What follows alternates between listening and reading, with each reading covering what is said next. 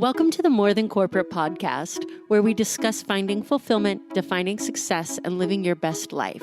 There's no roadmap to success, no one-size-fits-all answer to fulfillment. I believe it requires us all to be vulnerable and authentic about what we want to accomplish and have the courage to step out of our comfort zone to chase our dreams. Keep listening to hear stories from inspiring people who make it their mission to live their best life every day. Welcome back to the show, everyone. My name is Amber Furman, and this is episode 16 of the More Than Corporate podcast. So I'm super excited for today's interview. Today I'm interviewing Corryn Kivet. Corryn and I met in March of 2019 when we first started going through the NLP journey together. And Corryn has just become fascinated with the way that the mind works and has incorporated that into her business. And it has shifted the direction that she's taking her business and her future. And I'm super excited for her to share with you how her idea of success has changed throughout the years, how she has entered and left the financial industry and is really trying to be as true to herself as possible as she moves forward. With that being said, let's go ahead and get into the interview with Corryn. Corryn, welcome to the show. Thank you so much for coming on today. Thank you so much for having me. I'm excited. I am so excited. So Corryn and I met back in March of this year, 2019, in our NLP training. And I think both of our lives have kind of taken a whirlwind in a better direction since then. So I'm super excited to share her story with you all. Why don't you go ahead and tell everybody a little bit about what it was like for you growing up and kind of what led to where you're at now? Yeah, so growing up, I've always been a really good girl. I've been a really good kid. I had a really good childhood. I just started to notice that as I was, coming into my adulthood, that I was a little too good in the sense of being a people pleaser. And I just followed the rules. I wanted everyone to like me. I was a really happy kid. I still am a very happy person, a very positive person, which I think draws people in. And I learned to people please. And throughout my adulthood, I started to see how that really shaped me. It shaped me as an amazing person. Like I am the person that I am today because of that. However, there were things that I was doing that I was abandoning myself for other people. Being a people pleaser, doing things to get people to like you, in the end serves them and kind of leaves you in the dust. So 100%. When was it that you kind of started to realize that you were people pleasing? And then the second part of that question is, when did you realize it was a problem? I'd say early on, I started to realize. I'm like personal development queen. Okay. I'm 27, but I say for like literally my entire life, I've listened to Jim Rohn, Les Brown. Like I've listened to all these guys. So I've really been into personal development. I like to call it self-discovery rather than personal development. I like that. Yeah, I've been on a journey of really looking within myself and discovering what I am all about. So I'd say early on, around like into my late teens, I really started to see it. And then as I started to really go out into my career, I'd say around 22, 23 is when I really started to notice it, because I was in a career that I was really unhappy. And I didn't really know why. It was almost like, because I chose this career, but why was I so unhappy? And then that's when I realized that I was really doing it for other people. So that's when it kind of smacked me in the face. I was like, oh my gosh, I'm going down this entire career path for really justification outside of myself for someone else. And what were you doing at the time? What career was it? Financial advising. So okay. Advisor. Mm-hmm. How long did you do that? I did it for 4.5 years after graduating. So I got my bachelor's in finance, and then I started working at a financial planning firm right away. Okay. So a couple things that you talked about that I want to touch on. First of all, I love the self-discovery versus personal development. I think Mhm. that that's so amazing.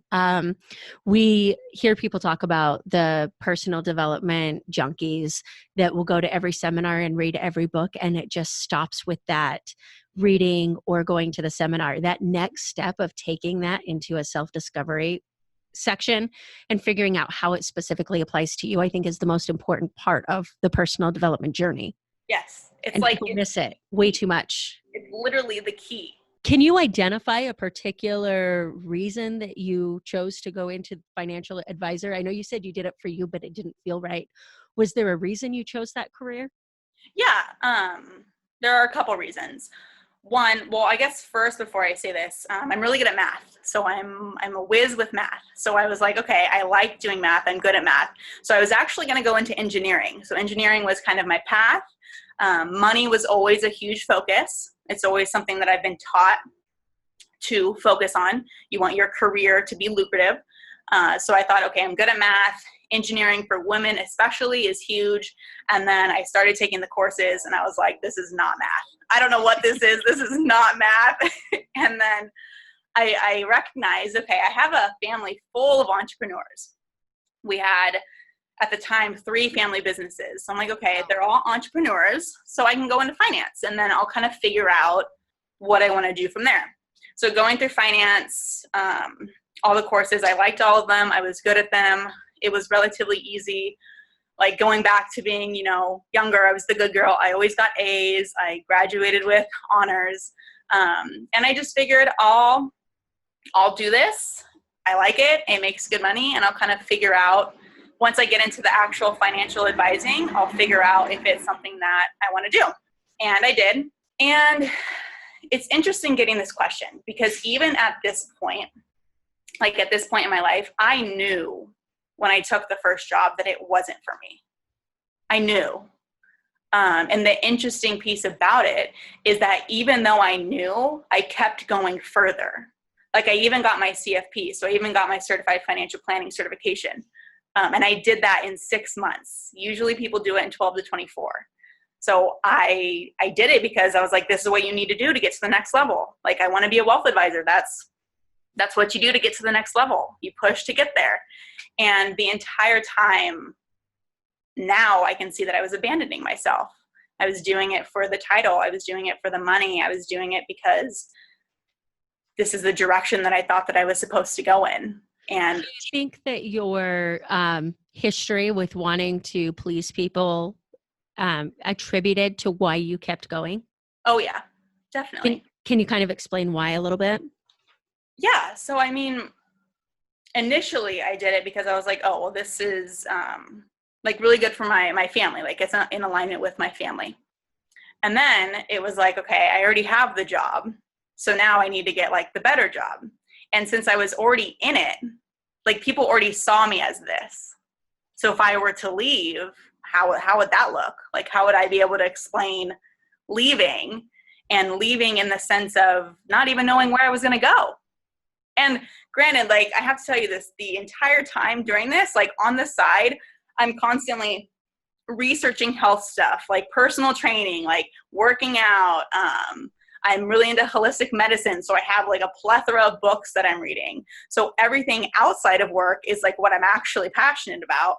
And then I'm going to a job that feels like my soul is being like destroyed, because if I left, what would that mean about me? You know what? That's so crazy that you say that, because it's so important. We tend as people to select and identify as a particular thing. And so for me, it was being an attorney. So when you talk about this identity and, this is who were you without your financial planning, like that's so important to really focus on, because I think the next steps of what you did are crucial to anybody listening to this podcast. So my next question is, what did you do to give yourself permission to change? Or what was that push? Because I believe, and I could be wrong, but I believe that there's always something that pushes us out of that spot. Mhm. And that realizes that we have the permission to change, that we can give ourselves the permission to change. Was there a particular event that occurred that you were like, okay, this is it, I can't do this anymore? Yes. And it's I'm getting chills while you ask the question. It was gradual. When I was at Merrill Lynch, I was really unhappy, and I was in an environment that was extremely negative. My friend invited me to, I don't know if you've heard of the Landmark Forum. So my friend invited me to one of her guest nights, and I went, and I had already known that I was going to do it. I'm spiritual, and I believe that when the universe presents you with multiple opportunities of the same opportunity, that's a sign. So I knew right away that I was going to do it. The first session that I took it, I got really clear on my life and what I was doing. I actually went to my boss at the time and told him, hey, I realized that like I made this choice to be a financial advisor out of people pleasing. And, you know, even though it was my choice, I didn't choose it powerfully, and I'm choosing it powerfully now. So I like literally told him I'm choosing financial advising powerfully now. And he didn't really know what that meant. I did, but I said that to him. And then I actually did the next course the following month. And that's when I just really saw that for the past 2 years, like I've known that I've been abandoning myself, and I've done nothing about it. And I got really sick of the story that was in my head that I couldn't leave. And I got sick of that story that was replaying over and over again. And I went in that Monday, and it's actually a really funny story. And I want to share this really quick. When I went in on Monday, I was going to talk to our head department. I was going to talk to him and tell him that I was leaving, and he actually wasn't there. So a piece of me, when I was going, the little itty bitty shitty committee in my head said, oh, just do it tomorrow. Do it tomorrow. Like, don't worry about it today. Just do it tomorrow. And then that's when I felt the true power. I was like, no, I'm doing this today. I need his number. I need his cell phone number. I'm calling him today. And I left. So you actually went out of your way to make that phone call, not just be able to have that conversation in his office because it was convenient at that time. Yeah. That's amazing. I'm grateful that the universe did that, because I think over the phone, it's a lot easier. Oh, for sure. Yeah. For sure. I feel like that's why people call into work sick over the phone all the time. Like, exactly. I mean, as a kid, I mean, I never did that. I never called in sick when I wasn't sick to any of my former employers who may be listening. Yeah. That never happened. But if I did, it was over the phone. So I want to ask you, so you leave financial planning and you go into fitness. Is that right? A little bit. So I left. The way that it works is what happened is I left financial planning, and then I had pretty much no idea what I was going to do. I actually ended up partnering with a company, a direct sales company, and we focused on holistic nutrition. So that was something that was introduced to me. That's something that I'm currently still doing. It's a side business that I run. But what happened is I quit. I was introduced to that. I joined it, and then I ventured off to Thailand for 3 weeks by myself. And then I got my yoga teacher training certification, because yoga just always called to me, and I felt like I really needed to get in alignment with my body and my spirituality, and that was just an intensive, felt in alignment for me. That's amazing. So how long did you do that type of fitness, holistic medicine or nutrition? How long did you do that before you decided that you needed to make a change? So I was doing that for, like, I was teaching yoga off and on. I was doing the direct sales off and on for about, October, December, for about like 4 months. And I started to feel like there was something more, something more. Yeah. And I just felt like I was being called for more. Did you kind of have that same feeling that you had when you were in the financial field, or was it a different feeling? No, it was a different feeling. This time it was like really carving out what I'm called to do here. And I'm still in that a little bit of figuring that out, of what my real passion is and mission is while I'm here. But it was kind of at this point where like, it wasn't the yoga and it wasn't the direct sales. Like I knew that holistic nutrition was going to be a part of it, but I was really interested in the mind. Once I read, or I found out about Joe Dispenza, I read one of his books actually while I was still, last year. And I read Breaking the Habit of Being Yourself. That's when all the personal development stuff, I started to get it. Yeah. Like it's the mind. The mind is so powerful. And then that's really where I was introduced to NLP and learning about the mind and the unconscious mind and the body, and integrating the two of those is the path that I'm really on.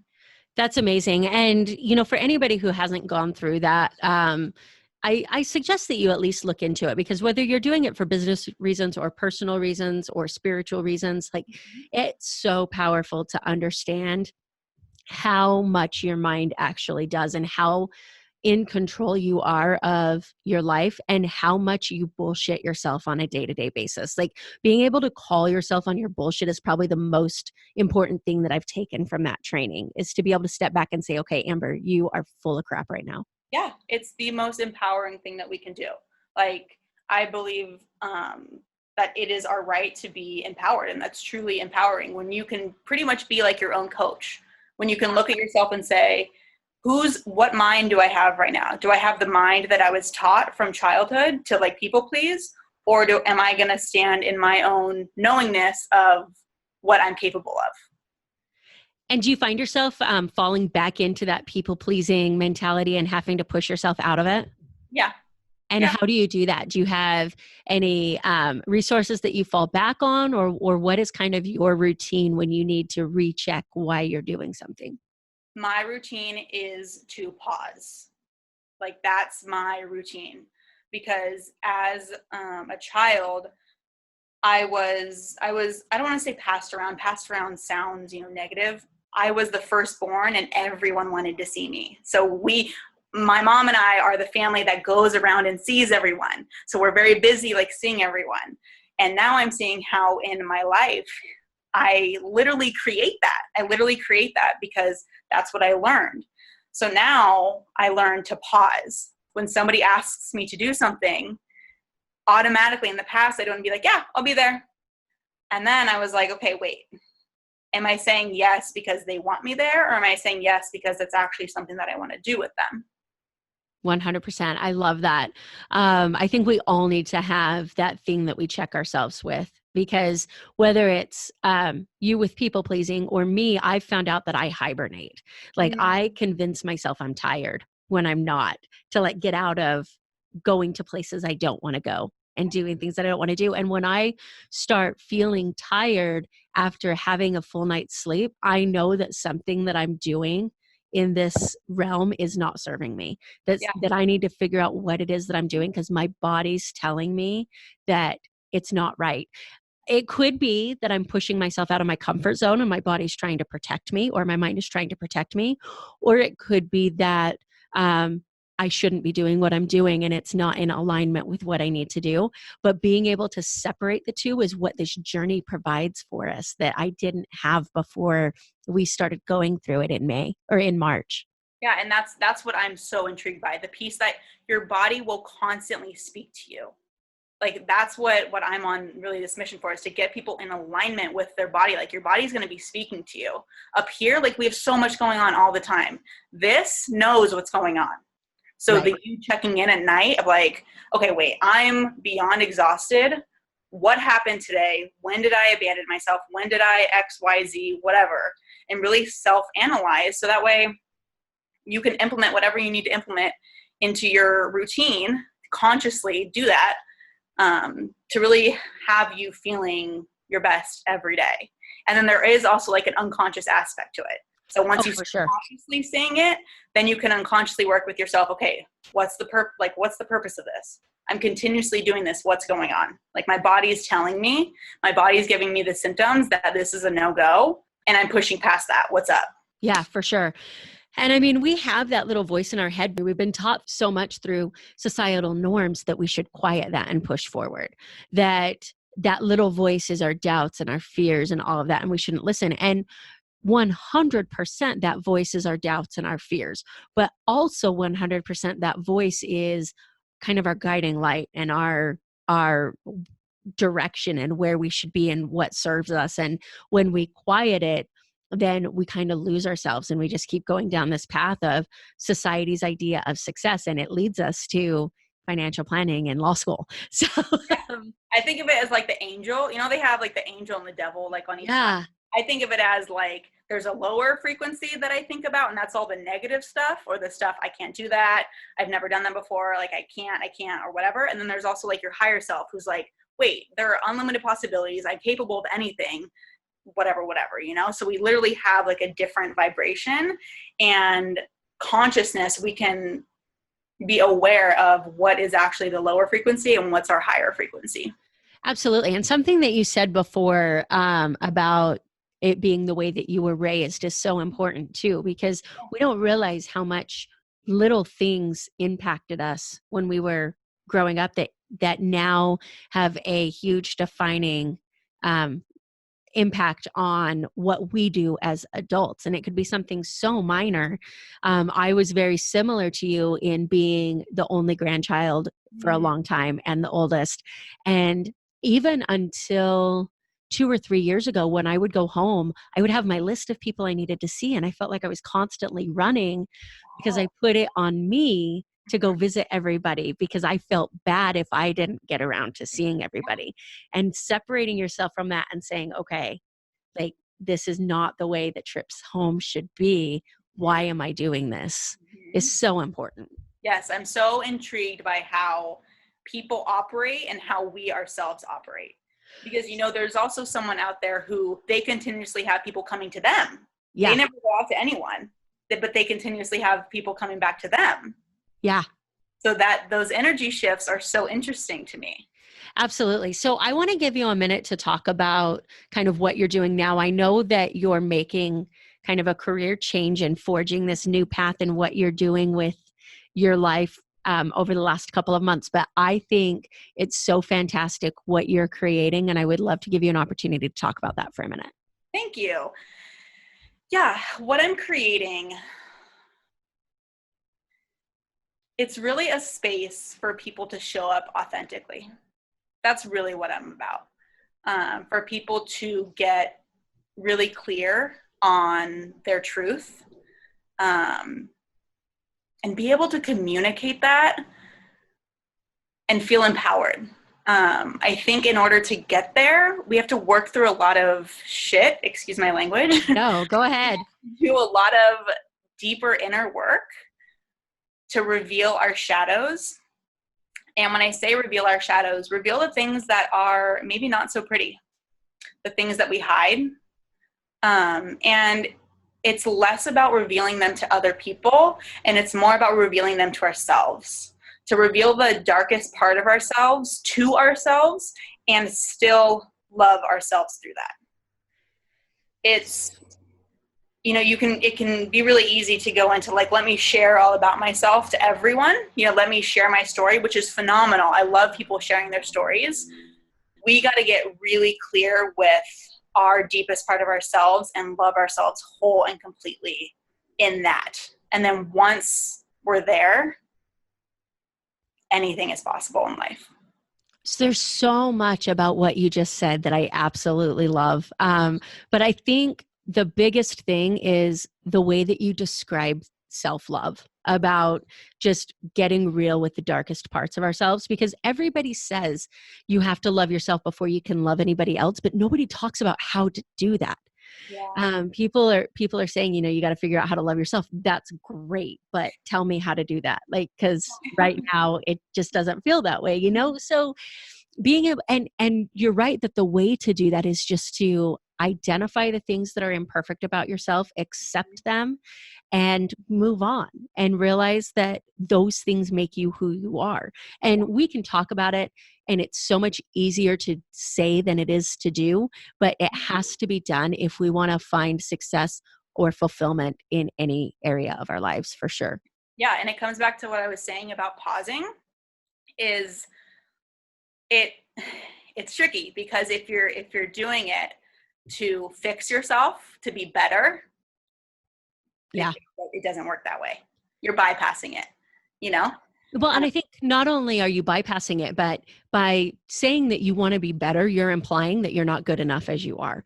And there's always room for improvement in everything that you do, but it should come from a place of wanting to reach a higher level, not of wanting to replace who you are or be better because you're not happy with who you are. Yes. So it should be, I'm happy with where I'm at now, but there's so much more for me to accomplish. So how do I get there? Not when I get there, I will be happy or fulfilled or successful. Yeah. Just something that came alive for me right now. In the past, up until recently, I've had a lot of stories about body image. That's something that I've carried from childhood, and really a journey for me in this lifetime is to heal that, and I'm healing that. And I just remember, like, something that I used to do is I would like meditate, and I would really unconsciously think, okay, I'm doing this because I know it's going to fix this. It's like going to fix this story that I have. That, like, that's why I'm doing this. And I didn't see it at first. Like, I didn't see it for a while until I got really clear on what I was doing. It was just really interesting that, like, I was literally doing the meditations and stuff thinking that it was going to fix this. Like, this was going to be fixed. Through doing that inner work of meditating, it was going to work. Which instead, what I've realized is that when those stories come up, when they actually happen, like, for example, on Sunday, I had this reoccurring story of just like being conscious of how I looked. I literally stop and like notice what's going on. And I just sit and I say, this is really hard for me right now. It's happening again. And this is hard. Like, wow. I have this story going, and I know that it's outside of me, that I'm bigger than this story. It just feels really heavy and it's hard right now. And being able to acknowledge that is huge. Yeah. Because otherwise those stories run our life. Yeah. So anybody who listens to me or has talked to me for more than like 10 minutes knows about my love affair with Brene Brown. So like love her. And it's basically because she is the place where I identify me beginning to take my life back. And I've said that before in other podcasts, that it was listening to her Power of Vulnerability that started this path for me. And then there's been so many things since then, but I always fall back to her. And she has a new Netflix special, which I know you and I talked about. I think you were actually the one that told me about it. And she talks about the stories in our head. Oh, I don't know if I know about that. You should look it up if you don't, because she talks about this whole same thing about when her and her husband have arguments now. They talk about the stories that are going on in their head, because when you're arguing with somebody, and I'm going to equate that to yourself as well. When you're arguing with yourself or with another person, it is because there's a story in your head that probably has zero to do with reality. But that story in your head is so real that if you don't acknowledge it, it's going to drive everything that you do. Yeah. Totally. 100%. Totally. So another thing that you said that I really liked, that I wanted to highlight and touch on and have you kind of expand on if you want, is this idea that being authentic with yourself is not about going out and sharing your story. It's because going out and like sharing your story with everybody it's not authenticity and it's not vulnerability. That's still just another flag or another wall that you're putting up of saying, okay, I didn't share before, now I'm going to overshare. It's selecting what you want to share and selecting what you want to keep to yourself, but being honest with both sides of those. And I want to get your input on that. Yeah, it's interesting because it's just interesting. I feel like there's like different sides to it. I think it all comes down to intention. What is the purpose of this sharing? Like, am I doing this sharing after I did the deeper work and this is the realization that I have? Or is it sharing to hopefully out of the sharing, I will come out the other side? Does that make sense? No, 100%. And I think for most, it's a combination of the two. I know for me, it's a combination of the two. Yeah. This podcast was started after I had already done the work, after I had already done 3 years of work. And I felt like I was finally in a point where I wanted to help other people by sharing parts of my story. Yeah. But at the same time, there's also that hope and desire that I will gain some more clarity through the interviews that I do. So I think it's a combination of both, but that self-work has to be done first. I agree 100%. Yeah. And our stories are so powerful. Like, when I say see the darkest parts of yourselves, like I want you to see those dark parts of yourselves and share them, because when you share them and when you're vulnerable, it gives me the energy to be like, oh, I can share what I've been through. Like, it just clears the slate. Like, I think that we're also afraid of being judged. So like the moment that someone says, hey, I did this and it makes me feel like crap, or like just saying something that you might be judged for, it like clears, it neutralizes the energy, and the other person is like, you've been through that too? Or, wow, I went through this and I felt like this afterwards. It just opens up possibilities. Oh yeah. And we convince ourselves all the times that we're the only people on the planet that have gone through whatever struggle it is that we're going through. So when we can share, when somebody shares, it allows us to realize that, that we're not alone and that we're not the only one that feels that way. And that we're all human. For sure. For sure. So I want to talk about success and how you have defined success throughout the different stages in your life, and how you define success now. What is your definition now, and how has it changed throughout the different stages of your life? I guess what I kind of already said earlier is being able to be proud of yourself where you are, regardless of the external world, regardless of what everything looks like, regardless of how much money you're making, regardless of who you have in your relationship, regardless of anything. The state of bliss that you can get by simply being you is success, and being able to stand in that. I love it. And then I don't want to put words in your mouth, but has that always been your definition of success? No, it hasn't. That was definitely created as of recently. So much of I just feel like society has this idea of what success is, and it's generational. It changes through generations. So, we can look back on, my grandparents' generation, and success was being able to go to work and come home and take care of your family. And, as long as you had food on the table and you were taking care of your family, that was success. And then we moved into like my generation, where it was, you need to go to school and you need to get this good job. And yeah, you want to be able to take care of your family, but what success are you going to have in the professional world? Yeah, like, and I feel, and I feel like now we're moving into with the millennial generation, where for the first time society is trying to identify success as this, for lack of a better word, because I hate this analogy, this work-life balance, and being happy in both areas of your life. Oh yeah, I can see that. And the work-life balance. Yeah, I don't like it. It's too basic. Like, I see the wheel and all of the different areas of your life, your health, your wellness, your relationships, your job, and you can't weigh those. When I think of balance, I think of scales, and there's more than two components to a balance. So the reason I bring up this idea of societal success is because I want to know whether there's ever been a time in your life where you have appeared successful to those around you and they've complimented you on being successful, yet you felt empty, and how it affected you to receive those compliments when you weren't living what you considered your best life. Yeah, and definitely go back to when I was working at Merrill Lynch.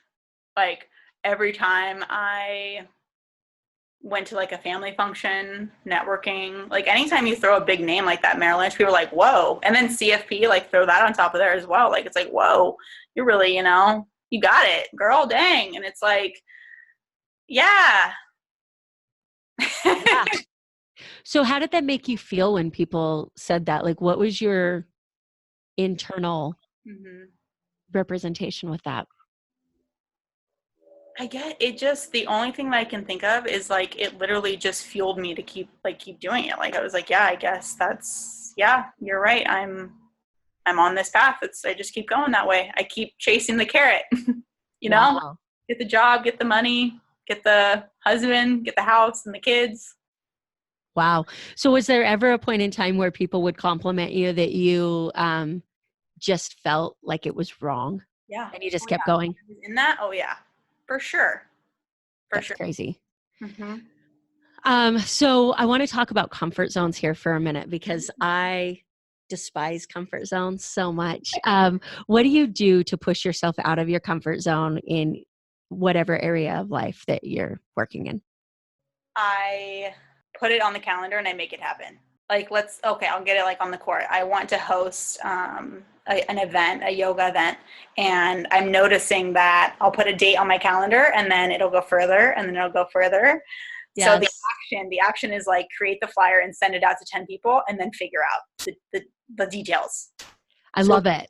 like putting it in, making it happen in the sense of like you make the decision and then you make it the right decision. I Yeah. like it. So you make sure that you are committed and that there are other people committed with you, and then you have no choice but to push yourself forward. Yes. So I think that that's amazing, and it's such a effective way to get this done.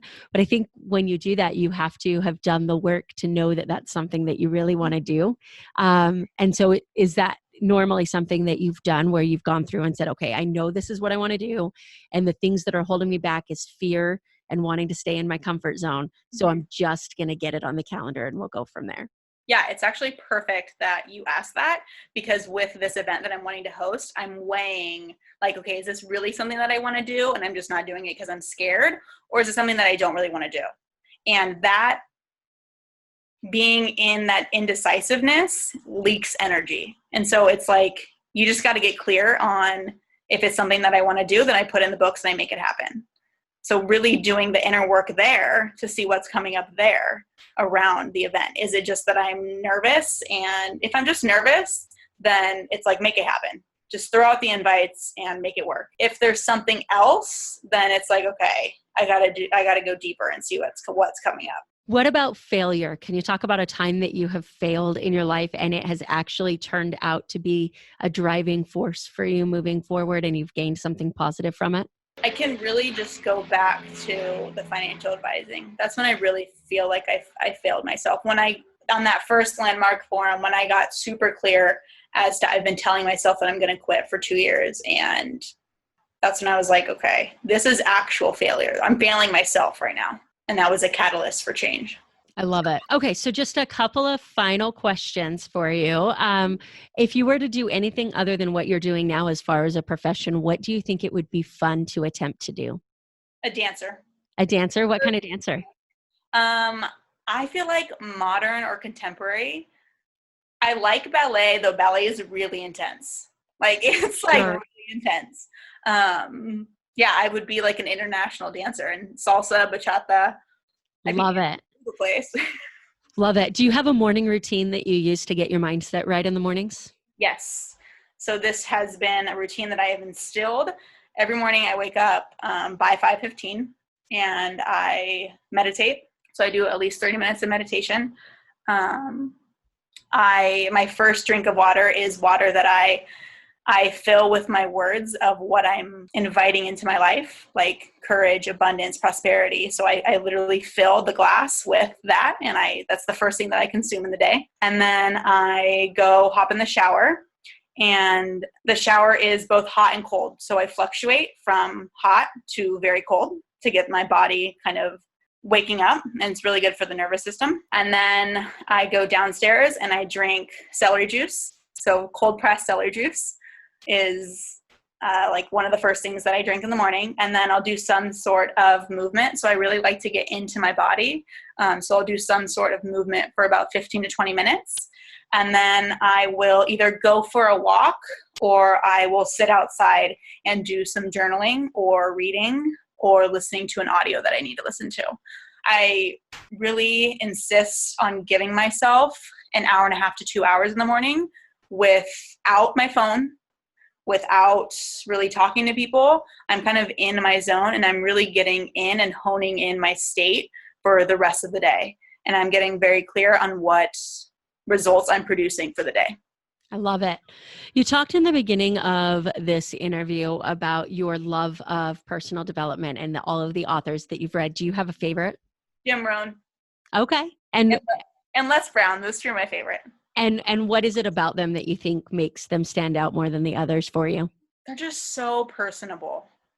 Like they it. just are so, I feel like they're so down to earth that you could just have a conversation with them. That's amazing. All right. Lastly, anybody who has not already met Corryn, she puts on these fantastic videos. Your live videos are amazing. I love watching them. So if anybody wants to find you on social media to learn more about who you are and what you're doing, and how they could potentially be involved if they wanted to be, where can they find you? Yeah, so Facebook and Instagram are my two main platforms right now. I'm going to be uploading everything to YouTube as well. So Facebook, Instagram, and YouTube are all great places, and it's just Corryn Kivet, my name. Perfect. And do you have the YouTube channel now, or is that something you'll be creating later? Yeah, it's up there.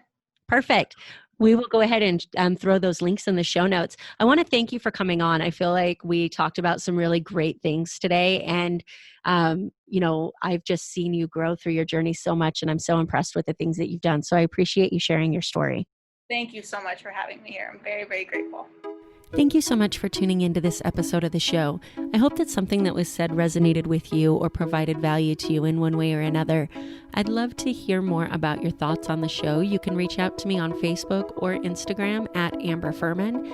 Also, I've created a Facebook community for followers of the show to interact with me and other members of the community. You can find that on Facebook at More Than Corporate. So go ahead and join that group if you'd like to stay up to date on podcast happenings and meet some really cool people. Again, thanks so much for tuning in.